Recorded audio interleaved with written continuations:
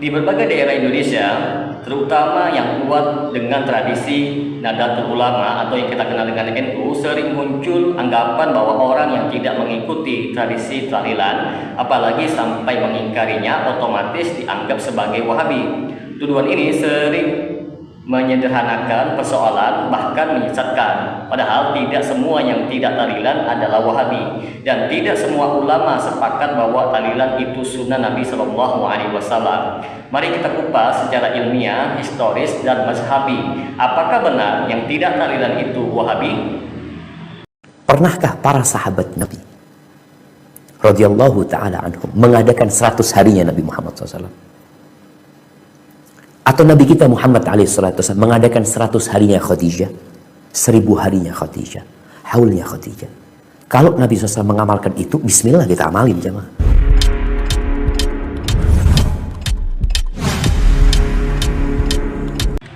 Assalamualaikum warahmatullahi wabarakatuh. Jumpa lagi dengan saya Rio Mulyadi di channel Manhaj Dakwah.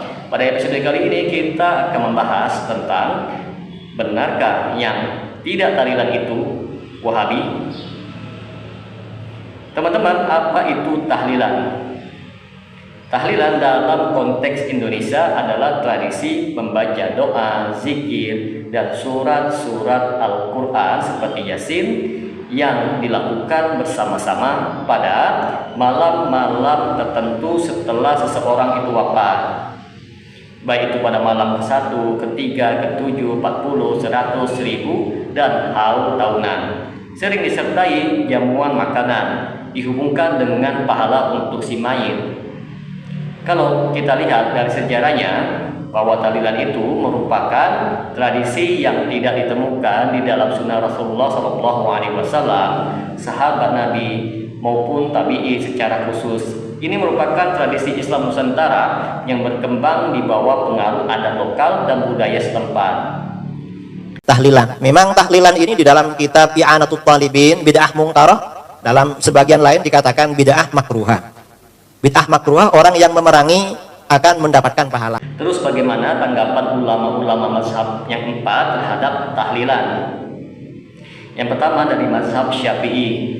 Al-Imam An-Nawawi yang wafat pada tahun 676 Hijriah, seorang tokoh besar Syafi'iyah, di dalam kitabnya Al-Majmu' dan Riyadhus Shalihin menyatakan bahwa adalah makruh membuat makanan oleh keluarga mayit dan mengundang orang-orang untuk makan, karena itu adalah perbuatan bid'ah.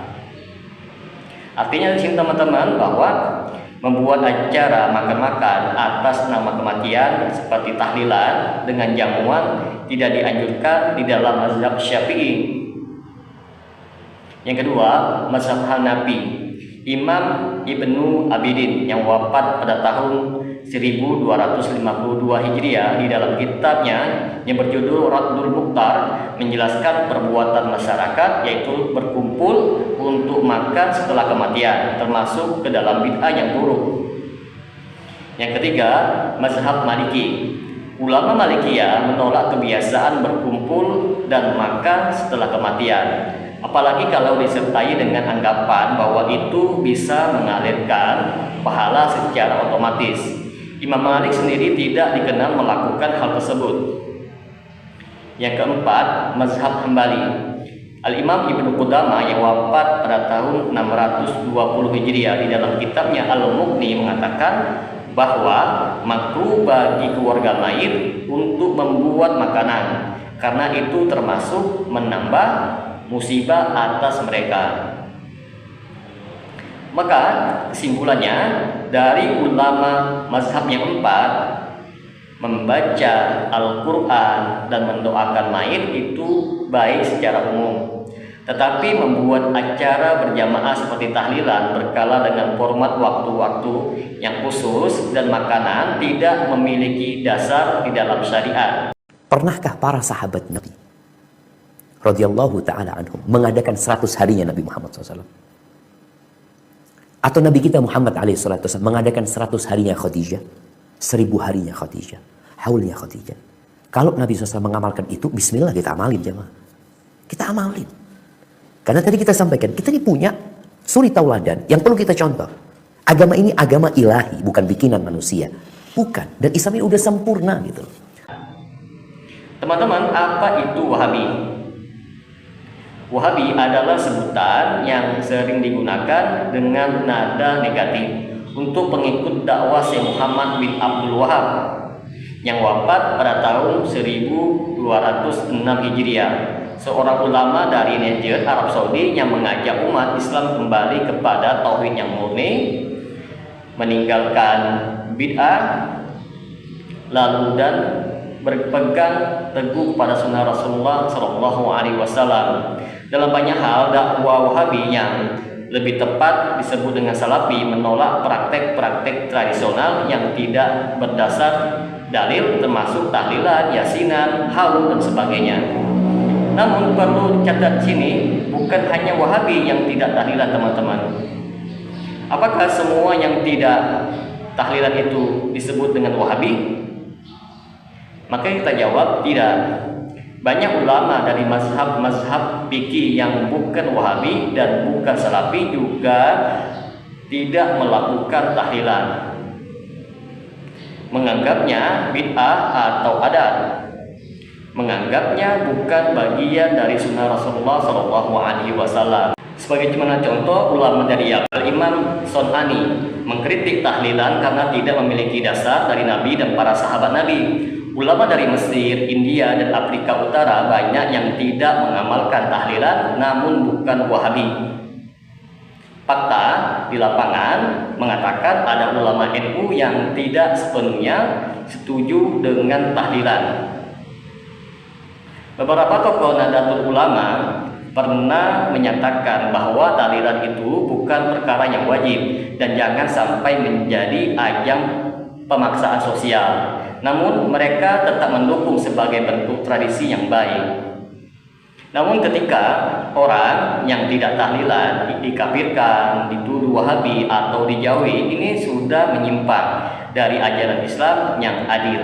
Pertanyaan, kenapa orang-orang yang tidak melakukan acara selamatan kematian atau tahlilan dikatakan aliran Wahabi? Padahal kalau begitu para sahabat Wahabi, para tabi'in Wahabi, Imam Syafi'i Wahabi, Imam Ahmad Wahabi, Imam Malik Wahabi, Imam Abu Hanifah Wahabi, dan seterusnya. Karena mereka juga tidak tahlilan. Bahkan Imam Syafi'i dengan tegas mengatakan haram tahlilan, dibenci kumpul-kumpul di tempat ahli mayit, hanya kumpul-kumpul saja, tidak upacara tahlilan, tidak upacara makan-makan, tapi hanya kumpul-kumpul. Beliau telah mengharamkannya. Maka bagaimana seharusnya menyikapi perbedaan ini? Maka kita katakan perbedaan dalam masalah furu, yaitu cabang seperti tahlilan, adalah ruang ijtihad. Jangan memaksakan amalan tahlilan sebagai satu-satunya jalan mendoakan mayit. Jangan menuduh semua yang tidak tahlilan sebagai Wahabi atau musuhnya NU. Saling menghormati perbedaan selama tidak membawa kepada ajaran sesat ataupun kekerasan. Yang menjadi sebuah pertanyaan, kenapa menuduh orang tidak tahlilan itu sebagai Wahabi? Oh, nggak ngaji ini, celeng berarti Wahabi mereka. Wahabi. Tidak adil secara ilmiah karena banyak ulama klasik yang tidak melakukannya. Merusak ukhuwah Islamiyah hanya karena berbeda tradisi langsung dicap sesat. Melanggengkan taklid buta, menjadikan tradisi sebagai standar kebenaran yang mutlak. Maka dapat kita simpulkan di sini, benarkah yang tidak tahlilan itu disebut sebagai Wahabi? Maka kita jawab itu tidak benar. Tidak semua orang yang tidak melakukan tahlilan itu sebagai Wahabi. Bahkan banyak dari ulama berbagai mazhab dan negara yang tidak melakukan tahlilan dan tidak pula Wahabi. Tahlilan bukan tolak ukur keimanan seseorang, dan mendoakan mayit bisa dilakukan tanpa harus mengikuti format budaya tertentu. Yang penting adalah niat yang ikhlas sesuai dengan sunnah Nabi dan tidak membuat ritual yang tidak diajarkan oleh Rasulullah SAW. Jangan takut dianggap sebagai Wahabi karena ingin menjalankan Islam sesuai dengan sunnah Nabi dan tidak mengikuti budaya lokal yang tidak ada dasarnya. Lebih baik menjadi Muslim yang kritis dan ilmiah daripada menjadi pengikut tradisi yang membabi buta.